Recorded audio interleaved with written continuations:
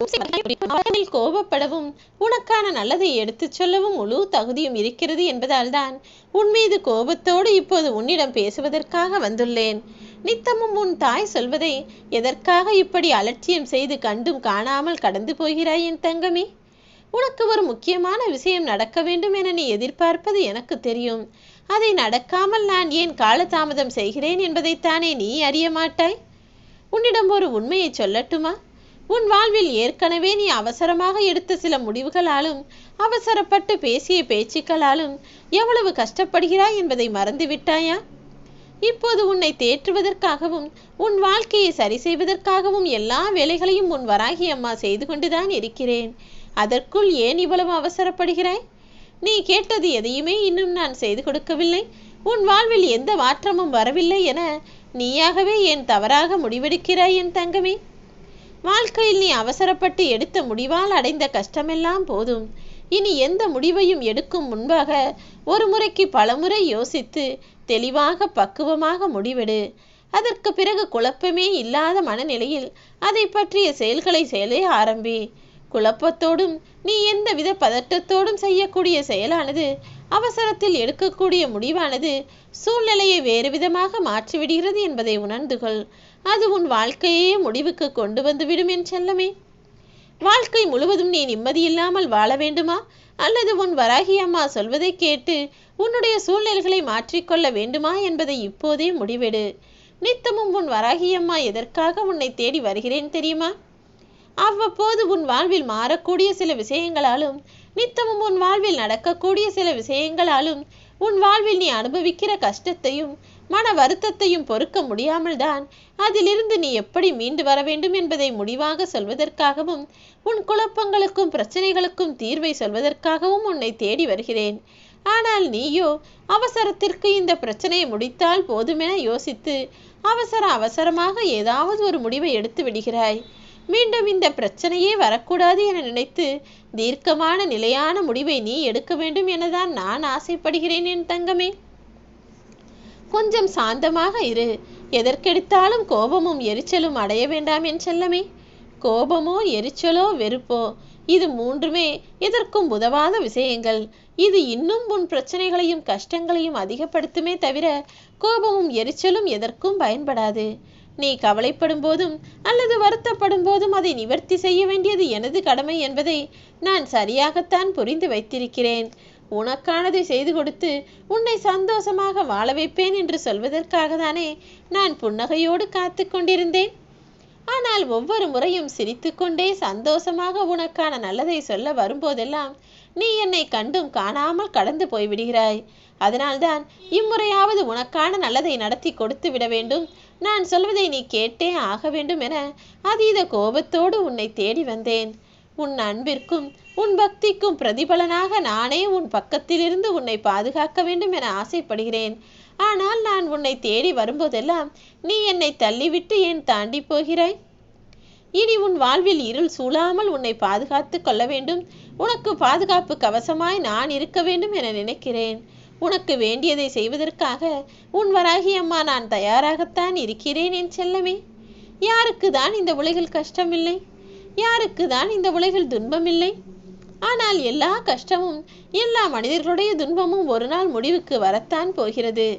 அதை விட்டுவிட்டு இப்போதைய கஷ்டத்திலிருந்து வெளிவர அவசரமாய் நீ ஒரு முடிவு எடுக்காதே. நன்றாக யோசித்து தெளிவாக செயல்படுத்து. உனக்கான துணையாய் உன் வராகி அம்மா நான் இருந்து பாதுகாப்பேன். எந்த கெடுதலும் உன் வாழ்வில் வராமல் நான் தானே உன்னை சுற்றி சுற்றி வந்து காப்பாற்றி கொண்டிருக்கிறேன்.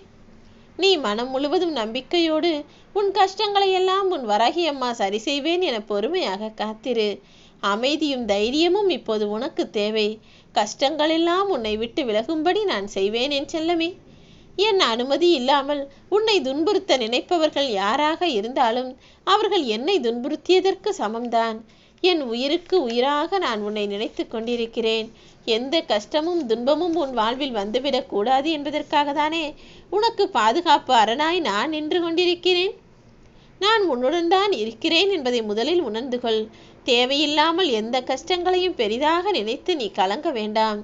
இத்தனை நாள் நீ என்னிடம் கேட்டும் சில விஷயங்களில் எதுவும் நடவாமல் என்னிடமிருந்து எந்த பதிலும் வராததால் நான் ஊமையாக வேடிக்கை பார்த்து கொண்டிருக்கிறேன் என நினைத்தாயா? அல்லது உன் வராகி அம்மாவிற்கு எந்த சக்தியும் இல்லை என நினைத்தாயா?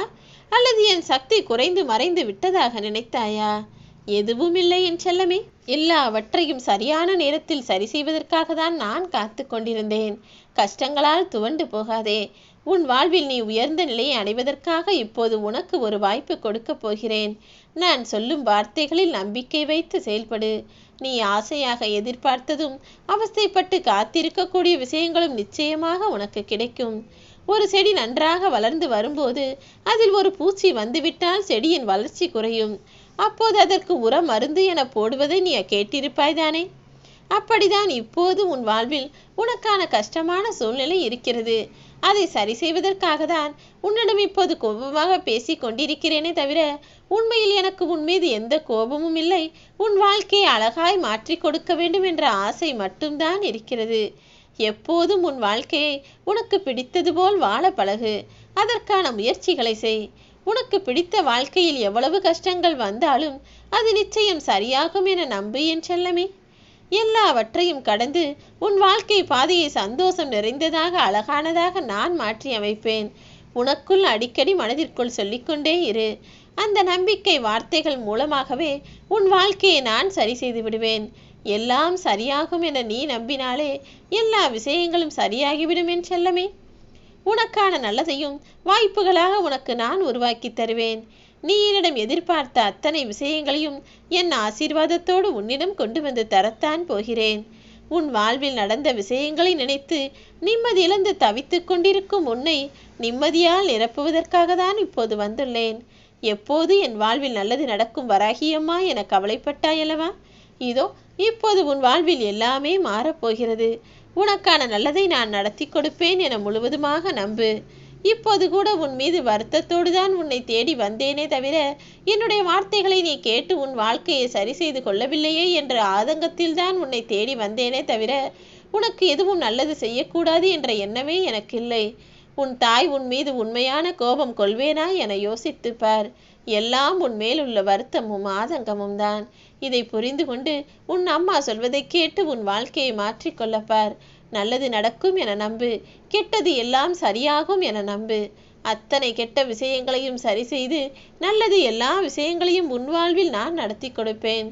உன் மனம் எதையெல்லாம் எதிர்பார்த்ததோ, எதெல்லாம் நடப்பதற்கு தடையாக சிக்கலும் பிரச்சனைகளும் வருகிறதோ அது அத்தனையும் உனக்கு சரி செய்து கொடுக்க வேண்டியது எனது பொறுப்பு. என் அருளும் ஆசீர்வாதமும் இப்போது உனக்குள் பரிபூரணமாக இருக்கிறது. இந்த நிமிடம் முதலே நீ எதை செய்தாலும் அதை உனக்கு வெற்றிகரமாக நான் முடித்து கொடுப்பேன். அதற்காக தான் சொல்கிறேன், நல்லதையே நினைத்து நல்ல செயல்களை செய்ய ஆரம்பி. உனக்கு துணையாய் இருக்கும் நான் எல்லா விஷயங்களிலும் உனக்கு வெற்றி எனும் மலர் மாலையை சூட தயாராகத்தான் வந்துள்ளேன். இந்த முறையாவது நான் சொல்வதை கேட்டு உன் வாழ்க்கையை மாற்றி அமைக்க முயற்சி செய். எல்லா மாறுதல்களும் உன் வாழ்க்கையை நிச்சயம் மாற்றும். ஓம் வராகி.